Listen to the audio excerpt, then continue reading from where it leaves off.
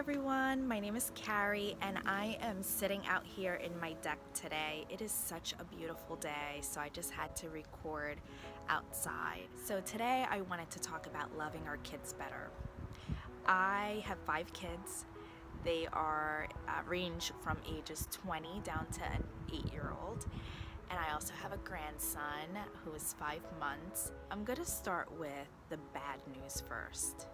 The bad news is you can give your kids the world and they're only going to be happy for a very short period of time. This took me a long time to learn. I spent so many years being frustrated because I would give my kids everything I possibly could. They'd be in every activity I could put them in. I would be running around like a chicken with my head cut off. And at the end of the day, I still had a child or children that weren't happy, and I could not get it. But I had to learn that it really came down to my expectation. I had this expectation of, I'm giving you all this stuff, so be happy and be appreciative. So I really had to come to a place where I was giving out of love and because I cared for them and I wanted the best for them, not so much because I expected something from them in return, like for them to be happy. However, I also had to learn boundaries. I had to set boundaries and say no more. I had to realize that just because I said no, it didn't mean I didn't love them, and it actually was loving them more because I set those boundaries so they knew that, hey, you don't get everything in life. Unfortunately, that's why so many kids nowadays, and my kids probably might fall into that category. I hope they don't, but a lot of kids are entitled. They feel entitled today.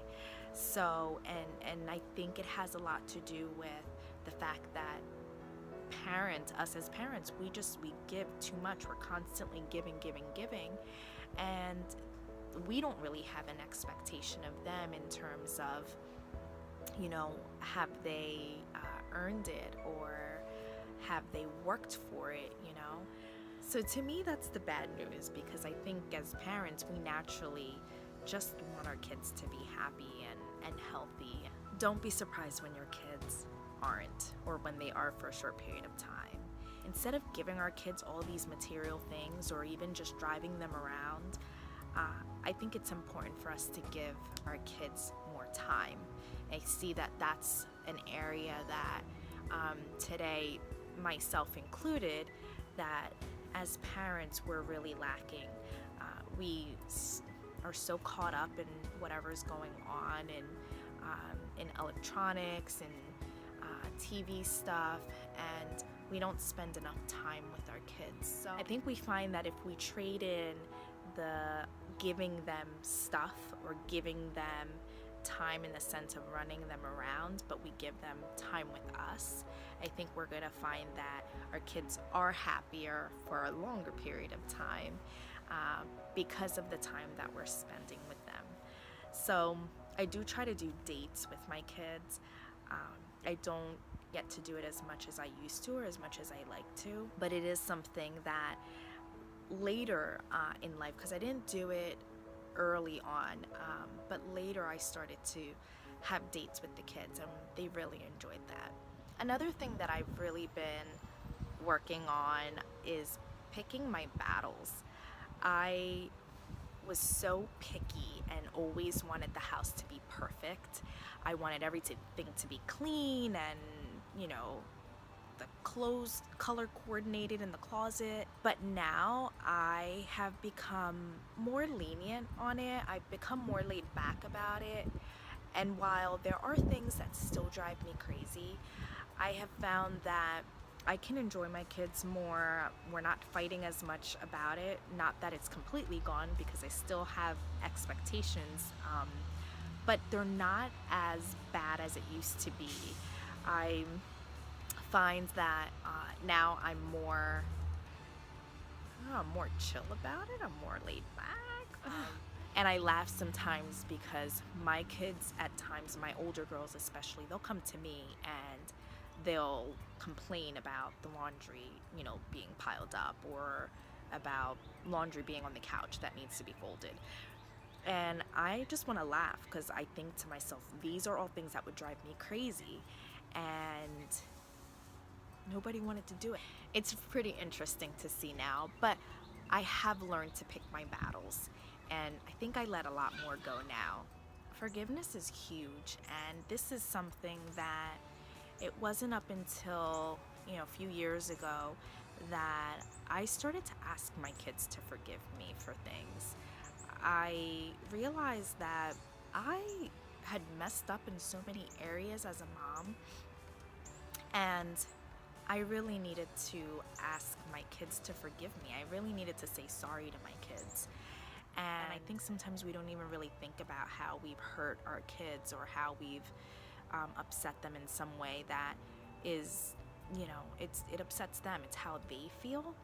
So I think it's really important to check in with them and just periodically, like, check in with yourself and see how your relationship is going with your children, and check in with them too, and just asking them, is there, if there are things that have been bothering them. And I always tell my kids too, a lot of times when I'm trying to get them to open up and talk to me, I'll say to them, like, this is a no consequence, no punishment type, like zone. This conversation is free of that stuff. So you can pretty much say whatever you want to say. I want to know how you're feeling. I want to know what you're thinking. And you don't have to be afraid that I'm going to get mad at you or angry, or that, there's going to be a consequence for something that you say. So I think your kids need to have like that safe zone, and at the end of it, whether you agree with them or not, that you're willing to ask them to forgive you for how you've made them feel. I think a lot of times too, this is where, for me, I find that when we don't do this is where we have kids that are distant. They start to they shut down on you, and they start to really struggle with a lot of things, because they come home and they're really feeling, they feel defeated. And sometimes our kids are already feeling defeated at school. So it's important that our homes be, kind of a safe haven for them. So this is something that I've been doing with my kids, and I think it's helped a lot. I think it shows them that I'm not perfect, and I know that, and that I realize I'm not perfect. And the last thing I wanted to share with you all is just love. I'll go to scripture in saying how it talks about the greatest gift. The greatest gift is love. Talks about, love, hope, faith, hope, and love, and the greatest gift is love. And while everything I talked about was ways of how we could love our kids better, letting love stand alone, and how do we love our kids? How do we love on them? I think it's so important for us to show affection to our kids, to care for them. I have one child that was not affectionate at all. Actually, she almost cringed every time I would give her a hug and a kiss.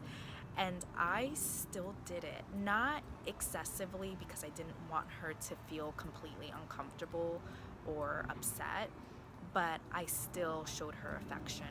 And I will say that she has come around. I find sometimes she'll just come up and give me a hug and a kiss, and it's like crazy, because I wonder who the child is.